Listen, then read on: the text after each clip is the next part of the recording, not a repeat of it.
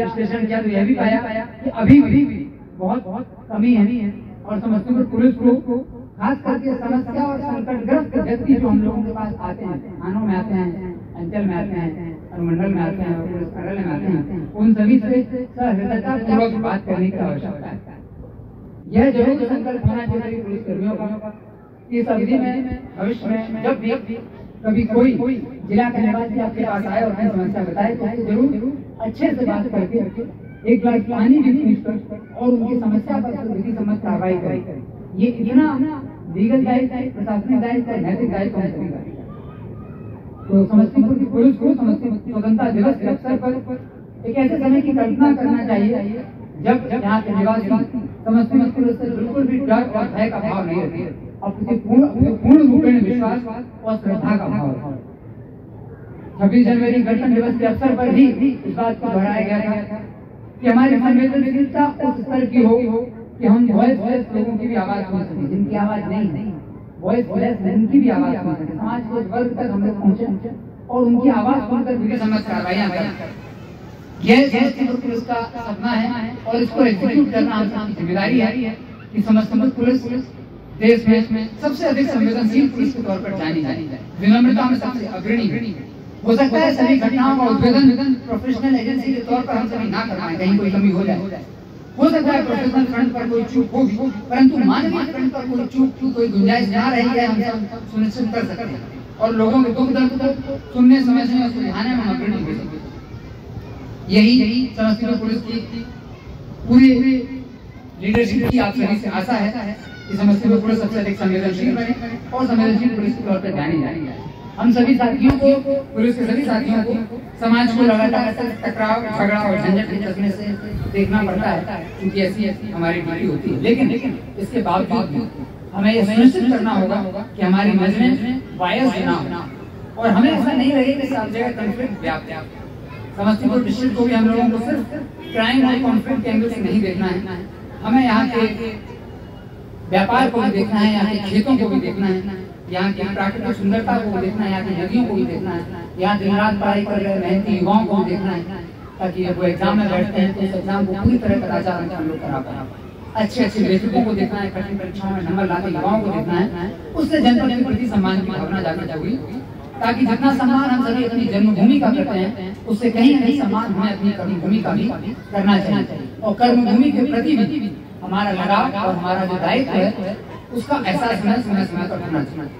समस्तीपुर की शक्ति, इस बात को मैंने कई बार इनसे दोहराया है, समस्तीपुर की शक्ति समस्तीपुर के युवा हैं। इन युवाओं में एक अद्भुत शक्ति समस्तीपुर पुलिस ने देखी है, कई घटनाओं में लगातार मदद की। पिछले लोकसभा चुनाव में भी बहुत अच्छा ऑपरेशन हम सभी को मिला है। लोग आसपास सामुदायिक पुलिसिंग का कार्य कर रहे हैं, गलत कार्य करने से किसी को भी रोकना, इलीगल वर्क करने से रोकना ही पुलिसिंग का कार्य है। पुलिस को सूचना देना भी पुलिसिंग का कार्य है। तो इस तौर पर देखा जाए तो सभी समस्तीपुर के निवासी, सभी युवा लोग भी पुलिसिंग का कार्य करते हैं। आप जब गलत करने से किसी को रोकते हैं, नए कानून जो बने हुए वो आपको ये किसी को गलत कार्य करने से रोक करके पब्लिक भी किसी को एक निश्चित अवधि के अंदर अपनी कस्टडी में लेकर के पुलिस को सौंप सकती है। भारतीय नागरिक सुरक्षा संहिता ऐसा प्रावधान करती है। यही सकारात्मक परिणाम हम लोगों को देगा। कुछ युवा वर्ग जो भटक जाता है वही अपराधियों में बहुत बड़ा समूह युवाओं का होता है। वो भटके जो युवा हैं उन सभी पर हमें लीगल कार्रवाइयां करनी है और लेकिन साथ ये भी सुनिश्चित करना है कि जो नई पीढ़ी है, नए युवा वर्ग है, वो कहीं भटके हुए युवाओं के और अपराधियों को वर्ग उसके संपर्क में ना ताकि वो गलत रास्ते पर ना चले। हमें सुनिश्चित करना है कि पुलिस ने हमें किसी भी तरीके से डंडे और हथियार के बल पर नहीं करनी है और ना हम कर सकते हैं, ना हमें करनी है पुलिस में। ये हम लोग का करना चाहिए। हमें सिर्फ अपनी लीगल ड्यूटी जो हमारे विधिक दायित्व है उनको निभाते हुए ही पुलिसिंग करनी है। साथ ही लोगों के सहयोग से लोगों के लिए और लोगों की समस्या का समाधान करना ही हमारी पुलिसिंग का उद्देश्य है। इस बदलते समय हमें यह भी देखना है कि हम सेवा उपलब्ध कराने वाली सर्विस प्रोवाइडर एजेंसी, हम लोगों को पुलिसिंग की सेवाएं प्रदान करते हैं। दुनिया में तरह तरह की सेवा प्रदान करने वाली एजेंसी होती है।